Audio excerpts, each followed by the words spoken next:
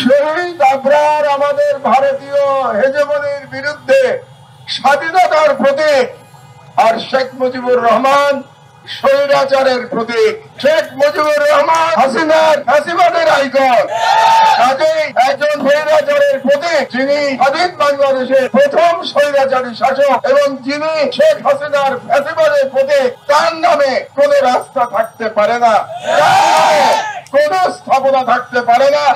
আমি জীবনের পরন্ত বেলায় আজকে আমার সন্তান তুল্য বুয়েটের ছাত্র ছাত্রীদের মধ্যে এসে দাঁড়িয়েছি। আমার সৌভাগ্য যে শহীদ আবরার ফাহাদ যে হলের ছাত্র ছিলেন, আমি 1977 সাল পর্যন্ত সেই হলেরই ছাত্র ছিলাম।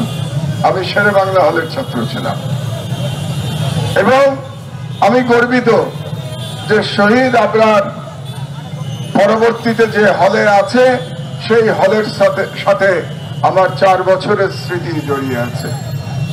এবং আমি মনে করি ভারতীয় আধিপত্যবাদের বিরুদ্ধে যে লড়াই চলছে আমাদের গত 53 বছর ধরে, সেই লড়াইতে শহীদ আবরারের শাহাদাত বরণ একটি টার্নিং পয়েন্ট, একটি বিশাল টার্নিং পয়েন্ট ছিল, যেটা বাংলাদেশের বিপুল জনগোষ্ঠীকে ভারতের বিরুদ্ধে, ভারতীয় হেজেমনির বিরুদ্ধে একতাবদ্ধ করতে সক্ষম হয়েছিল।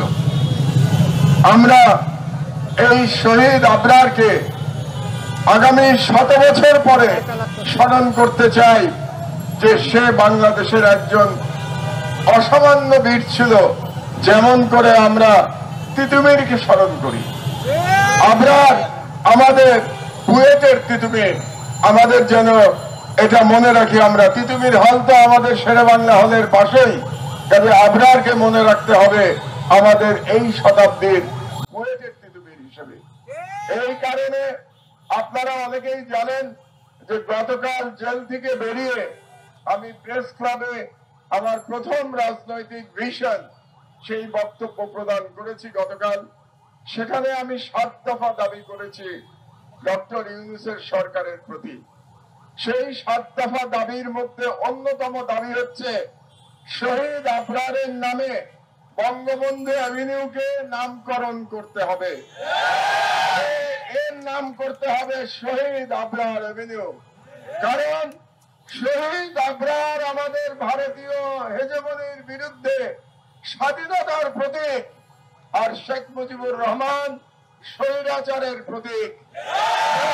শেখ মুজিবুর রহমান হাসিনার ফ্যাসিবাদের আইকন, কাজেই একজন স্বৈরাচারের প্রতীক, যিনি স্বাধীন বাংলাদেশের প্রথম স্বৈরাচারী শাসক এবং যিনি শেখ হাসিনার ফ্যাসিবাদের প্রতীক, তার নামে কোন রাস্তা থাকতে পারে না, কোন স্থাপনা থাকতে পারে না।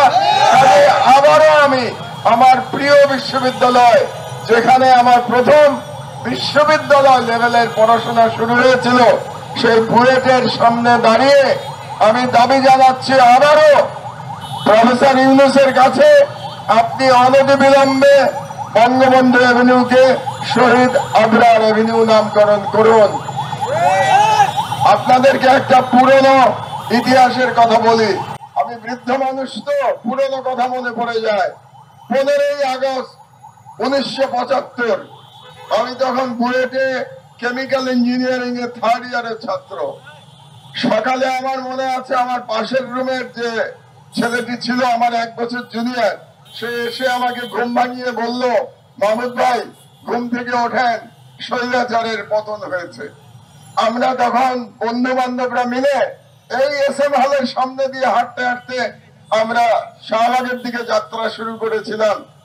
সেদিন ঢাকার মানুষের যে আনন্দ দেখেছিলাম সেটা আমার এখনো চোখে ভাসে। বাংলাদেশের কোন মিষ্টির দোকানে কোন মিষ্টি অবশিষ্ট ছিল না, সকল মিষ্টি লোকে কিনে ফেলেছিল। আমার দুর্ভাগ্য যে আবারও সেই আগস্ট মাসে বাংলাদেশ দ্বিতীয়বারের মতো স্বাধীন হয়েছে, কিন্তু আমি এখানে উপস্থিত থেকে সেই অভিজ্ঞতা দেখতে পাইনি। এটা আমার এক ধরনের দুর্ভাগ্য। তবে সৌভাগ্য যে 1975 সালের এই ফ্যাসিবাদের পিতার পতন আমি দেখতে পেয়েছিলাম এবং আমি সেই ইতিহাসের সাক্ষী ছিলাম। আমার বক্তব্য আমি দীর্ঘায়িত করব না। আমাদের একটা বিরাট সুযোগ এসছে ভারতীয় আধিপত্যবাদের বিরুদ্ধে জয়লাভ করবার জন্য। আমাদের যে আন্দোলনে আক্তাররা এবং আরো যারা এখানে আছে, যারা নেতৃত্ব দিয়েছে, যে তরুণ সমাজ, যে ছাত্র জনতা নেতৃত্ব দিয়েছে, তারা তাদের লড়াইতে প্রথম ধাপ অতিক্রম করেছে, অর্থাৎ হাসিনার ফ্যাসিবাদের পতন হয়েছে। কিন্তু দ্বিতীয় ধাপ দিল্লির হেজেমনির বিরুদ্ধে যে লড়াই, সেটা এখনো অব্যাহত আছে। সেই লড়াইতে আমাদের এখনো বিজয় লাভ হয় নাই। কারণ আপনারা জানেন, বাংলাদেশের পতিত ফ্যাসিবাদের যারা দোসর ছিল, সেই করাপ্ট দুর্নীতিবাজ খুনি মন্ত্রীরা সব ভারতে গিয়ে আশ্রয় নিয়েছে, তাদের প্রভুর দেশে আশ্রয় নিয়েছে এবং সেখান থেকে তাদের ষড়যন্ত্র চালিয়ে যাচ্ছে। কাজেই আমাদের বাংলাদেশে ফ্যাসিবাদের সকল আস্তানা গুড়িয়ে নিতে হবে। জনগণকে সাথে নিয়ে আমাদের ফ্যাসিবাদকে এই দেশ থেকে নিশ্চিহ্ন করতে হবে।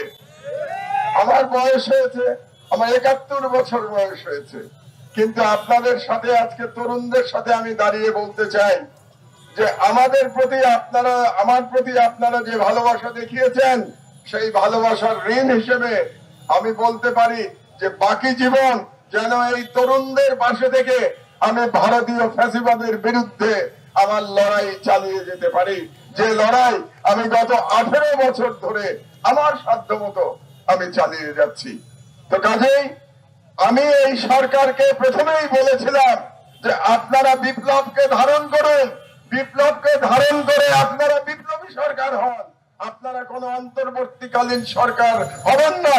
আপনারা শেখ হাসিনার এই সংবিধানকে ছুঁড়ে ফেলে দিন, ছুঁড়ে ফেলে দিয়ে আপনারা বিপ্লবী সরকার হিসেবে রাষ্ট্র পরিচালনা করেন এবং আপনারা আগামী সংসদে যেটা নির্বাচিতরা আসবেন, তারা যেন বাংলাদেশের বিপ্লবের যারা মর্মবাণী ধারণ করে, সেই মর্মবাণী ধারণ করে জনগণের চাহিদা অনুযায়ী একটি নতুন সংবিধান রচনা করে। কিন্তু এই সরকার এই ভুলটি করে ফেলেছে যে তারা এই সংবিধানকে এখনো তারা বাঁচিয়ে রেখেছে। কাজেই আমি আমার আগে যে বক্তা বলে গেল সংবিধানের কথা, তার সঙ্গে আমি সম্পূর্ণ একমত। এখনো সময় আছে। আমি ডক্টর ইউনূসকে আহ্বান জানাবো যে আপনি অনতিবিলম্বে আপনার সরকারকে বিপ্লবী সরকার নামকরণ করুন এবং আপনি রাজনৈতিক দলগুলোর সাথে আলোচনা ক্রমে আপনারা প্রস্তাব গ্রহণ করুন যে এই সংবিধান পরিবর্তন করতে হবে এবং আপনি রাষ্ট্রপতির দায়িত্ব গ্রহণ করুন এবং রাষ্ট্রপতির দায়িত্ব গ্রহণ করে আপনার কোনো প্রধান উপদেষ্টার দরকার নাই, আপনি কাউন্সিল অফ অ্যাডভাইজার্স করুন। Council of adviser under president Yunus, এটাই আমাদের দাবি এবং পরবর্তী সংসদ এসে এটাকে রেটিফাই করে দেবে। এটার পূর্ব অভিজ্ঞতা আছে আমাদের। 1990 সালে তৎকালীন প্রধান বিচারপতি যখন প্রধান উপদেষ্টার দায়িত্ব গ্রহণ করলেন এবং পরবর্তীকালে আবার প্রধান বিচারপতি পদে তিনি ফিরে আসলেন, সেই সময় সংবিধান কিন্তু রেটিফাই করা হয়েছিল পরবর্তী সংসদের মাধ্যমে। কাজে আপনি যদি এখন আপনার সরকারকে বিপ্লবী সরকার ঘোষণা দিয়ে আপনি রাষ্ট্রপতির দায়িত্ব গ্রহণ করেন, তাহলে আমি নিশ্চিত যে আগামী পার্লামেন্ট এটাকে রেটিফাই করবে এবং আমি নিশ্চিত যে বাংলাদেশের বিপুল সংখ্যাগরিষ্ঠ জনগোষ্ঠী, মেবি মোর দ্যান 90%, তারা চায় যে এই সরকার তার বিপ্লবী সরকারে পরিণত হোক এবং ডক্টর ইউনূস বাংলাদেশের রাষ্ট্রপতি হয়ে রাষ্ট্র পরিচালনা করে। আপনাদেরকে ধন্যবাদ এই অনুষ্ঠান আয়োজন করার জন্য। আবারও আমি আপনাদের স্মৃতির প্রতি আমার শ্রদ্ধা জানিয়ে আমার বক্তব্য শেষ করছি। আল্লাহ হাফেজ। বাংলাদেশ জিন্দাবাদ। বিপ্লব দীর্ঘজীবী হোক। ইনকিলাব জিন্দাবাদ।